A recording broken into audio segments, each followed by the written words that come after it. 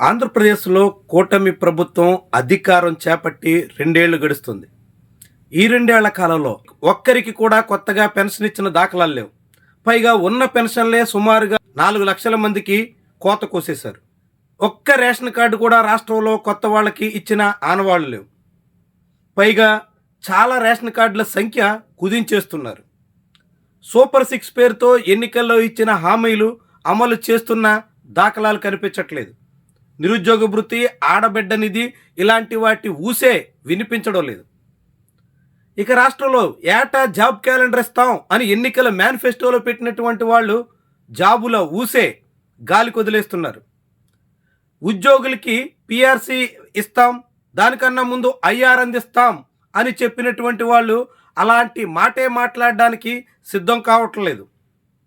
ఇక జీవనాడిగా చెప్పుకున్న పోలవరం ప్రాజెక్ట్ 45.7 మీటర్లు నిర్మించాల్సి ఉంటే 41.15 మీటర్లకే పరిమితం చేసేయడానికి సిద్ధమైపోతున్నారు. తద్వారా పోలవరం ద్వారా దక్కాల్సిన ప్రయోజనాలన్నీ నీరుగార్చేస్తున్నారు. అమరావతి 3 ఏళ్లలో సిద్ధం చేస్తామని ఏడాది క్రితం చెప్పి ఎప్పటి వరకు అడుగులు కూడా పడుతున్న ఆనవాళ్లు లేవు. ఇప్పుడున్న భూముల్లో అమరావతి నిర్మిస్తే చిన్న మున్సిపాలిటీగా మిగిలిపోతుందని సీఎం చంద్రబాబే చేతులెత్తేస్తున్నారు. రాయలసీమకు అత్యంత గడ్డు పరిస్థితుల్లోనూ నీళ్లు తరలించడానికి అవసరమైన రాయలసీమ లిఫ్ట్ స్కీమ్ అవసరమే లేదని తేల్చేశారు. వెలుగొండ ప్రాజెక్ట్ 2 ఏళ్లలో పూర్తి చేస్తామని చెప్పి మళ్ళీ వచ్చే ఏడాదికంటూ గడువులు పెడుతున్నారు. ఇట్లా రాష్ట్రంలో అన్ని ప్రధాన సమస్యల విషయంలో దాటవేత ధోరణి సాగుతోంది. రాష్ట్రంలో ప్రజలకిచ్చినటువంటి మాట తప్పుతూ ప్రభుత్వం కాలయాపన చేస్తోంది. కానీ ప్రజల దృష్టిని మళ్లించడానికి మాత్రం తిరుమల లడ్డూ చుట్టూ రాష్ట్ర ప్రజల్ని తిప్పాలని ఆశిస్తోంది.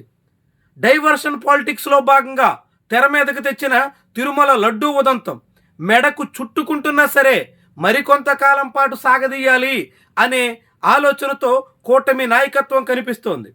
ఒకవైపు చంద్రబాబు నాయుడు, రెండో వైపు పవన్ కళ్యాణ్ ఇద్దరూ కలిసి రాష్ట్ర ప్రజల సమస్యల్ని పూర్తిగా గాలి కొదిలేసినట్టు కనిపిస్తోంది. పోనీ విపక్షమైన ప్రజా సమస్యల మీద పనిచేస్తుందంటే అధికార పార్టీ ఉచ్చులో పడినట్టుగా స్పష్టమవుతోంది. దాంతో అటు అధికార పక్షాలు ఇటు విపక్షం అంతా కలిసి రాష్ట్ర ప్రజల ఆశల మీద నీళ్లు జల్లేస్తున్నట్టుగా చెప్పాల్సి ఉంటుంది. ఒకవైపు రాష్ట్రంలో సంపద సృష్టిస్తామని చెప్పి అప్పుల కుప్పగా ఏపీని మార్చేస్తూ రాష్ట్రంలో ప్రజా సంపదను కారు చౌకగా కొంతమంది కార్పొరేట్లకు కట్టబెట్టేస్తున్నారు. 99 పైసలకే విలువైన భూములన్నీ అప్పగిచ్చేసి ఎప్పుడో కంపెనీలు వస్తాయంటూ జనాల్ని ఊరించి ఉసూరు మనిపించే దిశలో ఉన్నారు. ఇక కంపెనీల మాట పక్కన పెడితే జీవీఎంసీకి సంబంధించిన 5,000 కోట్ల రూపాయల ఖరీదైన భూమిని అప్పనంగా తమ బంధువులకే అప్పగిస్తూ తీర్మానాలు చేస్తున్నారు. ఇంత దజ్జాగా భూ కబ్జాలకు పాల్పడుతూ కబ్జా రాయిళ్లకు అధికారికంగా భూములు అప్పగిచ్చేస్తూ ఆంధ్రప్రదేశ్ ఆస్తుల్ని కరగదీసేస్తున్నారు, అప్పుల కుప్పగా మార్చేస్తున్నారు. దీన్ని తీవ్రంగా నిరసించాల్సినటువంటి దశలో విపక్షం అందుకు విరుద్ధంగా సాగుతున్నట్టు చెప్పాల్సి ఉంటుంది. అధికార పక్షం అప్పనంగా ఆంధ్రప్రదేశ్ ఆస్తుల్ని కొంతమందికి కట్టబెట్టేసే దిశలో ఉంటే విపక్షం తన స్థాయికి తగ్గట్టుగా నిరసన కార్యక్రమాలకు పూనుకుంటున్న ఆనవాళ్లు లేవు. రైతుల నుంచి భూములు లాక్కోవడం, కార్పొరేట్లకి ఆ భూములను కట్టబెట్టడం, దీనికోసమే ఏపీలో క్యాబినెట్ ఉందా అనేటువంటి అనుమానాలు బలపడుతున్నాయి. ఇలాంటి దశలోనే తిరుమల అంశాన్ని తెర మీదకు తీసుకొచ్చి అన్ని సమస్యల్ని పక్కదారి పట్టించేసే ఉద్దేశంతో కూటమి నాయకత్వం సాగుతోంది. యథేచ్ఛగా ప్రజలకిచ్చిన హామీలన్నీ తుంగలో తొక్కేస్తోంది. జనాలకిచ్చిన మాటను పూర్తిగా మరిచిపోతోంది. ప్రజల్ని ఎల్లకాలం పక్కదారి పట్టించొచ్చు అని భావిస్తోంది. ప్రజలను మత ఉన్మాదంలోకి నెట్టొచ్చు అని ఆశిస్తోంది. మత రాజకీయాలకు ఆంధ్రప్రదేశ్ని ఆయుపట్టుగా మార్చేసే దిశలో అడుగులేస్తోంది. పవన్ కళ్యాణ్ మాట్లాడుతుంటే ధర్మ పరిరక్షణ అంటున్నారు. చంద్రబాబు మాట్లాడుతుంటే ఇది స్వామివారి శక్తిని నీరుగార్చేసే ప్రయత్నం అన్నట్టుగా మాట్లాడుతున్నారు.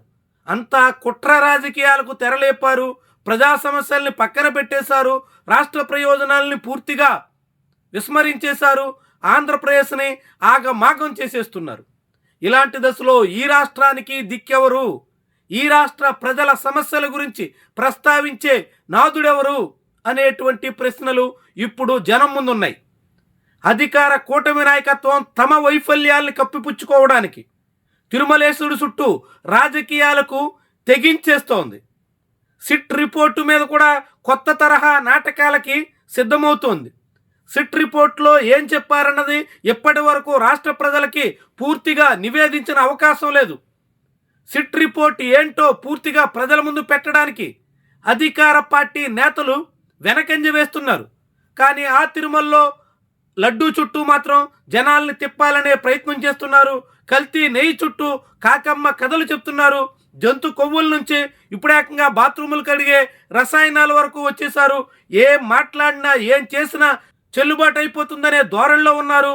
తిరుమల వెంకటేశ్వరుని మీద భక్తి ఉందని చెప్తూనే పూర్తిగా ఆ ఏడుకొండల వాడిని అప్రతిష్ట పాలు చేసే దిశలో సాగుతున్నారు. ఏం చేసినా చెల్లుబాటు అయిపోతుందనే భావనలో ఉన్నారు. ఇలాంటి తరుణంలో ఇక ఆంధ్రప్రదేశ్లో రైతులకు దిక్కెవరు? మహిళలకు ఆదుకునేదెవరు? విద్యార్థులకి ఫీజు రియంబర్స్మెంట్ బకాయిలు సహా ఇతర సమస్యలు పరిష్కరించేదెవరు? అనేక రకాలుగా నిరుద్యోగులకి నీడగా నిలబడేదెవరు? ఇలా అనేక తరగతులకు సంబంధించిన సమస్యలు ఇప్పుడు ముందుకొస్తున్నాయి. ఉద్యోగ ఉపాధ్యాయులకు సంబంధించినటువంటి సమస్యలు పేరుకుపోతున్నా పట్టించుకుంటున్న నాదుడే లేరు.